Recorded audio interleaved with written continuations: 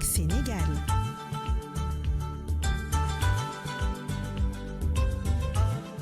La une de la presse de ce matin sur ITV dans Toc Toc Sénégal et c'est l'affaire de Papa Alioune Sarr. Bonjour Papa Alioune. Bonjour à tous. À la une de la revue des titres de ce matin, un visage, oui, c'est le héros de la révolution ou bien de la contestation en anglais. Il s'appelle Abdoulaye Nione. On peut lire sur cette image l'expérience, l'endurance et surtout la résistance, une trilogie qui commence à payer ses fruits. En tout cas, les journaux sont en anglais ce matin. Vox Pop en premier. Regardez un peu le titre de Vox Pop. Macky rend l'inter de Nengler. Point de suspension parce que c'est une solution provisoire. Le titre continue en attendant une solution définitive. Vous voyez, le chef de l'État choisit de calmer les esprits au moins jusqu'à la fin de l'hivernage en permettant aux paysans de jouir de leur champ, une solution provisoire trouvée en anglais pour régler ce litige foncier. Un autre quotidien qui fait également sa une sur ce litige foncier-là, c'est le Témoin. Le Témoin qui témoigne, affaire Babacar Ngom, paysan de Nengler, Macky coupe la poire en deux. Oui, c'est une solution provisoire, pas encore définitive. Et regardez les détails. Le président a renvoyé dos à dos l'assédiment et les paysans de Nengler prient de prolonger les négociations pour trouver une solution d'ici le prochain hivernage. En attendant, il a invité les paysans à retourner dans leur champ originel pour sauver la campagne agricole et Sidi Maïssa a arrêté les travaux dans cette partie des terres. Une solution acceptée par les deux parties, les populations de Nengler, mais aussi le président du groupe Sedima. Un autre quotidien qui parle un peu de ce litige foncier-là, c'est Réumi qui fait le portrait de Abdoulaye Nione. Regardez cette magnifique photo. Vous l'aimez bien, Boubacar. Vous l'aimez bien, cette magnifique photo de Abdoulaye Nione, le visage de la révolution à Nengler. Abdoulaye Nione, le héros de Nengler, un portrait à lire dans les colonnes de ce quotidien. Il s'appelle Réumi. Après le foncier, on va voir, il y a un autre problème.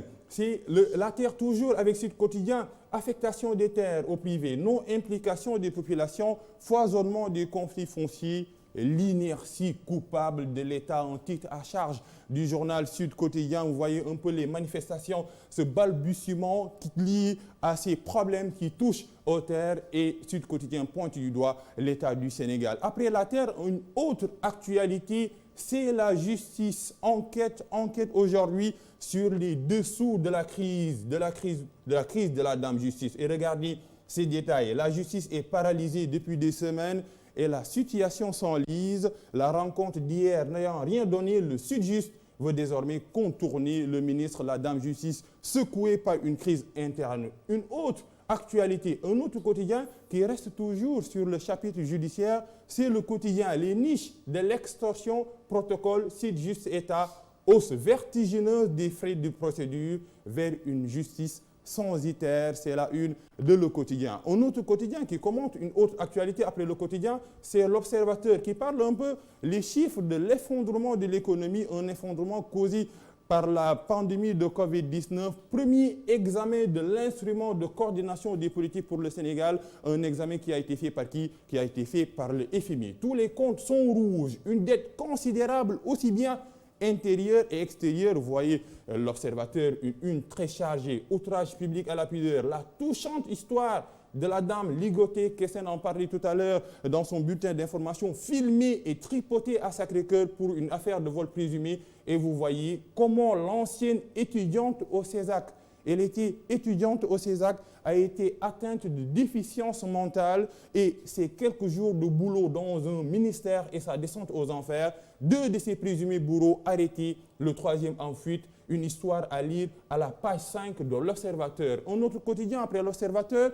c'est Libération. Libération qui délibère et révèle sur une barbarie. Un titre en noir, sur fond noir, vous voyez un peu les détails. Cadre dans l'administration, FN, ce sont ses initiales, qui a séjourné à l'hôpital psychiatrique de Thiaroye a piqué une crise alors qu'elle faisait des achats dans une boutique de prêt-à-porter ligotée. Elle a été conduite dans l'arrière-cour et elle a suivi plusieurs sévices. C'est Libération qui le dit. Les sordides aveux sur PV d'Ibouté et de Babacar N arrêtés hier. Deux autres suspects dont le nommé Abou qui a assouvi hors caméra tous ces fantasmes sur la victime est recherché. Ils sont visés pour agression sexuelle, coups et blessures volontaires, atteinte à la dignité humaine et collecte illicite de données. C'est par rapport à une barbarie et Libération fait des révélations. Un autre quotidien après Libération, c'est hélas le destin tragique de FN. Oui, il reste un peu sur cette actualité. Le destin tragique